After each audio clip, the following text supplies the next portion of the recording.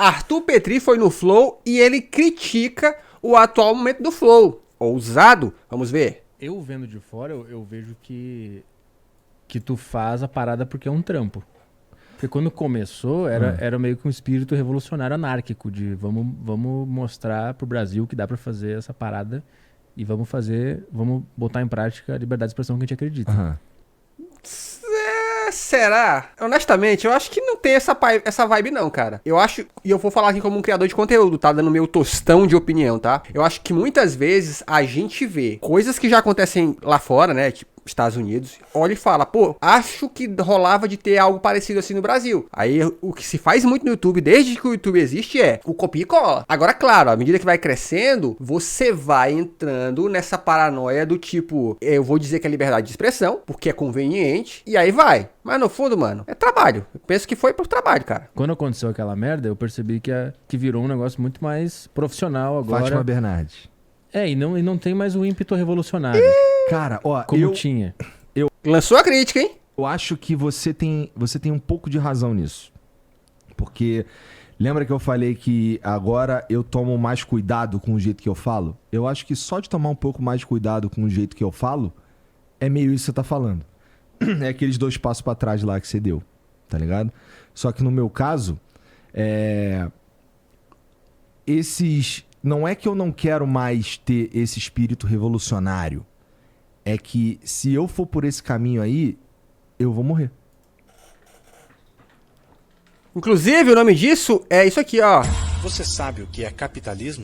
E assim, gente, vamos lá de novo. Se a gente parar pra pensar, o doido do Flow era o Monark, cara. O Igor, literalmente, ele era brother. Ele, de certo modo, deixava o trem correr com o Monark. A verdade é essa. Porque, obviamente, isso também fazia muito bem pro Flow como negócio. Era o fato do Monark fazer e falar o que ele fazia que dava esse hype que o Flow sempre teve. Então, literalmente, ele se apoiou enquanto deu. Até certo ponto, compreendo o que ele fez, tá? Então, a gente tava vendo isso aqui, ó.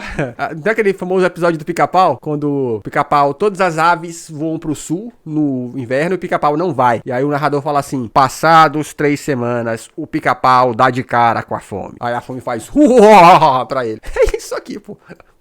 Sim. Tá ligado? Sim. Então como é que eu brigo essa luta sem morrer? Esse é o meu pensamento, tá ligado? Porque eu não posso morrer. Não é que eu faço porque é um trampo. Na verdade, eu amo fazer isso aqui, cara. Eu amo estar aqui conversando contigo, pô. Essa é a melhor parte do meu dia. Agora, se você me falar assim que todo o programa é leve como era, não é. Você tem razão. Então, quando eu vou conversar com o Tarcísio, como foi na semana passada, por exemplo, eu leio, eu estudo. Tá ligado? Sim. Mas até aí... Mas não era o que a gente... E ó, fizeram a galera acreditar que fazer uma entrevista sem conhecer minimamente o convidado era algo legal. Não é, cara. Porque no fundo, gente, a gente só conversa baseado no nosso background, né? Naquilo que a gente aprende ao longo da vida. Tipo assim, não existe falar com um político sem background, porque senão eu vou ser só ludibriado e vou dar palco pros caras. A gente fazia. Quando a gente conversou, por exemplo, com os Vocês perceberam como eu moderei meu pensamento aqui ao vivo do que eu ia falar e parei? O nome disso é trabalho. candidatos à Prefeitura de São Paulo em 2020, os caras vinham, a gente falava as nossas burrice, a gente ia levando, ia com o fluxo, né? Sim. Com o flow, e vamos lá, pô. E é um programa, assim, de certa forma, até meio despretensioso mesmo, que era. Só que parece que a sociedade empurrou uma pretensão pro Flow. A sociedade total empurrou uma pretensão pro flow, com certeza. E A sociedade ou essa pequena audiência forte que o Flow tinha? Eu acho que foi mais a pequena audiência. A sociedade, entre aspas, tá pouco se fudendo pro Flow. Como tá pouco se fudendo pra muita coisa, tá? Ainda mais na internet. A gente da internet é que às vezes tem a mania de achar que a gente é super foda. E não é. Dado a própria maneira que as próprias plataformas tratam os criadores. E eu tive uma escolha que foi apresentada uma escolha pra mim. Eu posso ir parar num lugar que eu não consigo mais lutar, ou eu tenho que mudar a forma de lutar, entendeu? E é complicado, cara. Você acha que eu curto o fato de que agora eu carrego nas costas um peso de o que eu falo ou a maneira como eu falo as coisas, elas podem de fato impactar e eu posso, inclusive, sei lá, ser banido das redes sociais? Ver isso acontecendo com o Monark, cara, é um puta de um aviso, tá ligado? Cara, de novo, eu acho que isso aqui é um exagero. Gente, o que a gente fala, como adultos trabalhadores, tudo que a gente fala pode nos banir do nosso trabalho. Porra, quantas vezes você tá na sua empresa, o seu patrão fala uma bobagem que você podia facilmente falar, patrão, você tá falando uma bobagem. Só que você engole calado, por quê? Porque senão você pode ser demitido. Isso acontece com todo brasileiro o tempo todo, tá? A verdade é essa. O que tá acontecendo aqui com o que o Igor tá falando é só um drama, bicho. Porque não tem nada de tão especial assim, não. Não é? É, um aviso de máfia, né? Aviso de máfia, horroroso, horrível, que eu não queria estar vivendo. De novo, aviso de máfia, todo brasileiro que trabalha sofre isso o tempo todo. Todo. Não vem com essa. Todo brasileiro sofre aquela pressão da empresa que fala, ó, quem não quiser tem outro aí. Todo. Não é especial. Não é especial. E vou além, tá? E aqui é uma crítica completamente profissional. Se a gente for parar pra pensar nos grandes comunicadores, vamos pensar aqui naquela galera que esteve entrevistando gente ao longo da vida. Vamos usar aqui exemplos. Marília Gabriela, Pedro Bial, o próprio Rafinha Bastos, que é um cara que, apesar de ter grandes vacilos, eu acho que ele é muito bom de fazer perguntas. Cara, o Igor passa longe dessa galera. Longe dessa galera. E assim, não é uma crítica pessoal, não. É profissionalmente. O Igor não faz perguntas extraordinárias. O Monark fazia perguntas que elas soavam ingênuas, mas que elas eram pontuais. Isso a gente não pode tirar esse mérito do cara. O Igor não tinha isso. Ele tá melhorando? Tá. A gente não pode negar. Mas assim, por esses motivos, eu acho que esse quadro que tá se pintando de, olha, eu estou sofrendo um fardo que ele é maior do que qualquer trabalhador de certo modo sofre, eu acho que é um exagero, cara, honestamente. Mesmo. Mas, tá bom. Posto isso, esse é o jogo. Como eu preciso jogar esse jogo se eu tiver alguma pretensão de, sei lá, ganhar um pouquinho, né? Então, como eu jogo esse jogo de uma maneira um pouco mais... Já jogou D&D? Não. Tá. Não conheço. Tem alguns arquétipos no D&D, né? De heróis. É um jogo medieval e você pode jogar ele com algumas classes, vai... Aí tem o Bárbaro, tem o Berserker, é o cara que vai na frente rodopiando, fazendo bagulho doido, matando em todo mundo, não sei o quê. E tem o Ladino. O Ladino é o que vai pelas sombras, é o cara que vai mais devagar, um pouco mais... pensa nos próximos passos. É nóis, o trabalhador. Tal. De certa forma, eu enxergo o Monark é o Berserk. Sim. E eu quero ser o Ladino. Tá ligado? Sim. Mas ainda é uma guerra parecida, só que o jogo tá muito mais difícil agora. A gente não pode mais, de fato, falar a primeira coisa que vem na cabeça. Eu preciso construir o que eu tô querendo falar aqui e ser um pouco mais... não sei, cara. Insidioso, assim, um pouco mais subversivo, tá ligado? Um pouco mais nas sombras. Tá entendendo? É uma merda isso porque Não, total uma merda. parte do processo de se entender é poder falar a primeira coisa que vem na cabeça. É. E se ouvir e ver a reação das pessoas conforme isso vai acontecendo. E você mesmo opta por evoluir ou não por uma pressão estatal. Cara, é muito bom ser branco, ó. Sério mesmo, assim, isso aqui pra mim é um exemplo claro disso. A parte de se entender, o que o Petri diz é poder falar o que vier à cabeça e ver a reação das pessoas. Meu irmão, no mundo que eu vivo, do pobre e do preto, falar o que vem à cabeça e esperar a reação geralmente é um socão, tá? É um socão, você vai pra cadeia, sabe essas paradas todas? A gente aprende desde cedo a presta atenção no que você fala, porque o que você fala vai tomar a mão na boca. Gente, eu era criança. Gente, ó, contar a experiência pra vocês terrível. Quando eu mudei pra quarta série, eu mudei de escola. E a minha escola era muito mais longe e ela era num bairro conhecidamente perigoso. Eu lembro disso aqui claramente, ó. Nos primeiros dias que eu tava saindo da aula, eu vi que no portão da escola tava uma movimentação estranha. E o que todo diretor falava é: briga só se for do portão pra fora, porque aqui dentro a gente aparta. A gente não só aparta, né? Tinha consequências, como por exemplo, você levar advertência, ser expulso da escola e tal. Aí eu lembro, eu saí antes um pouquinho, eu olhei pra trás e vi que tinha uma galera diferente no portão. A gente era tudo criança e tinha no portão um monte de adolescente, assim, alto e tal, né? Eu achei aquele estranho, mas fui andando e olhando pra trás. Aí eu vi só quando um outro cara saiu e um desses caras que tava lá fora falou assim: e agora? Aí o cara falou: vamos brigar. Aí eu pensei: aquelas brigas de criança, né? Que a galera fica ao redor pra poder ver como é que vai rolar. Mano, de repente, quando esse cara foi dar um soco nesse cara que chamou ele pra briga lá fora, esses outros, gente, sem brincadeira, era mais de 10 adolescentes, cobriram o cara de pancada. Eu lembro de eu criança olhar pra aquilo e ficar em choque. Ali foi eu dando de cara com a realidade do lugar onde eu tava, pô. Então, assim, a gente que é pobre, a gente aprende cedo, que a gente não fala o que pensa assim, não, pô. Tá de zoeira? Com uma arma na tua cabeça e uma pressão de quase morte. Não é assim que funciona, né? Então é muito, sei lá, é muito triste e sintomático uma sociedade que não permite que as pessoas se expressem livremente e corram riscos enquanto estão falando. Porque quando você tá falando, você tá correndo risco e você tá vendo o que tá acontecendo. Tipo assim, é muito estranho as pessoas que acham que todas as ideias estão prontas na minha cabeça e eu tô falando agora, elas... Não, eu tô improvisando, eu tô me ouvindo conforme eu falo e tô vendo o que tá acontecendo. Mas o processo de construção de ideias, ele parte de background. Você seguramente teve e tem acesso a um monte de conhecimento que te ajuda a concatenar a sua ideia. E o principal, o lugar que você expõe a sua ideia importa muito. Que lugar que eu tô? Se eu tô numa escola de algum assunto, eu tenho um espaço, de certo modo, pra errar e ser corrigido. Agora, se eu tô numa boca de fumo, doidão, né? Eu tenho um espaço diferenciado.